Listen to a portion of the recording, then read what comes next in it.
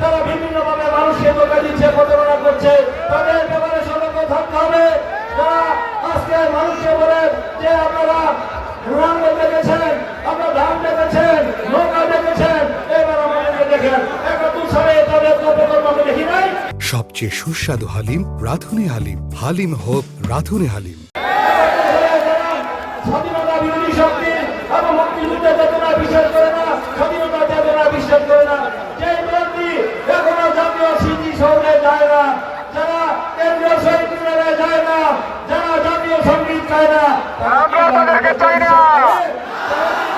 বিশ্বাস করে, বাংলাদেশকে বিশ্বাস করে না। তাদের ৭১ অপরাধের কারণে, এই মুক্তিযুদ্ধের বিরুদ্ধে করে কারণে তারা জাতির কাছে এখনো ক্ষমা চায় নাই।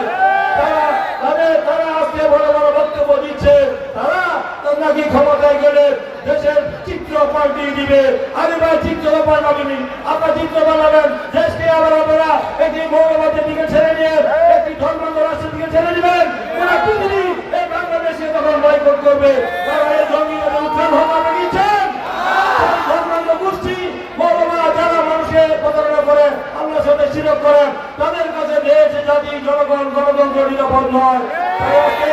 আমাদের বুঝতে হবে আর মাত্র 2 দিন বাকি। এই 2 দিন পরে আপনারা দীর্ঘ 17 বছর যান সেই দিনটির জন্য অপেক্ষা করছিলেন। আপনারা যদি কি ভোট দিতে পেরেছেন? আপনারা দীর্ঘ 17 বছর আপনাদের পছন্দের দল, পছন্দের প্রার্থীকে ভোট দিতে পারেন নাই। আপনারা কি চান না যে আপনাদের পছন্দের দল, পছন্দের প্রার্থীকে আমরা একটা ভোট দিয়ে আমরা আগামী দিনে দেশ পরিচালনার দায়িত্বে যান? এই রাষ্ট্রের মালিককে, এই দেশের মালিককে, এই ভূখণ্ডের মালিককে সংসদে দেওয়া আছে। তাই দেশ পরিচালিত হবে জনগণের প্রত্যক্ষ নির্বাচিত হবে যারা হবে, যেই দল হবে, যারা সংখ্যালঘু শাসন পাবে, তারাই জাতীয় সংসদে যাবে, তারাই সরকার গঠন করবে। তাই আজকে আমাদের নেতা তারেক রহমান বলেছেন, এই দীর্ঘ তারেক রহমান বেগম খালেদা জিয়া 17 বছর আন্দোলন করে এই দেশে জীবন বাজি রেখে বেগম খালেদা জিয়া জীবন দিতে হয়েছে এই দেশের জনগণের মুক্তির জন্য, গণতন্ত্রের জন্য, মানুষের দাবি আদায় করার জন্য। তিনি কিন্তু সেই দাবিয়া সরকার, মাফিয়া সরকার, খুনি সরকার, জলিম সরকার, একটি অবৈধ অসামরিক সরকারের সাথে কিন্তু আপোষ করেন নাই।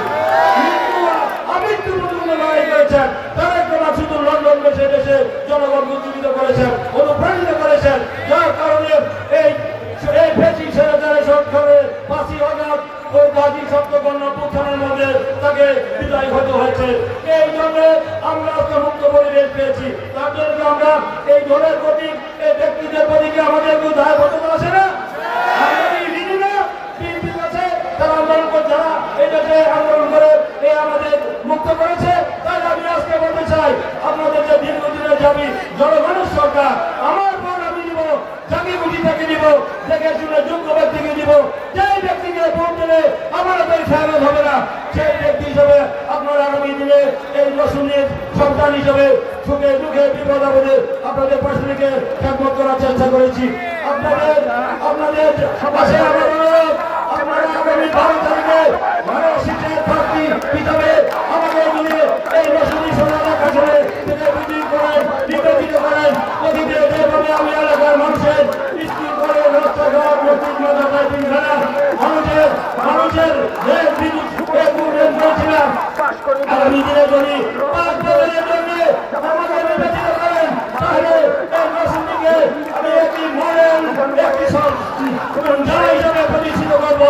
এই রসুনি পৌরসভাকে আমি এক সিটি কর্পোরেশনে পরিণত করার চেষ্টা করবো।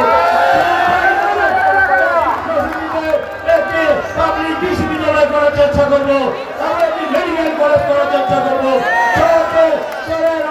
বঞ্চিত জনগণের উন্নয়নের জন্য এই এলাকার যে দীর্ঘদিনের সমস্যা রয়েছে, রাস্তাঘাট, ব্রিজ, কালভার্ট, সেগুলি উন্নয়ন করবো। সেই গভর্নমেন্ট শুধু তাই নয়, আমাদের পরিবেশ রক্ষার জন্য একটি কলেজ প্রতিষ্ঠা করার জন্য আমি ব্যবস্থা গ্রহণ করবো। চলে যারা মানুষ রয়েছেন, তারা দুর্গম অঞ্চলের মানুষ যারা অবহেলিত বঞ্চিত, তাদের ভাগ্য উন্নয়নের জন্য চেষ্টা করবো।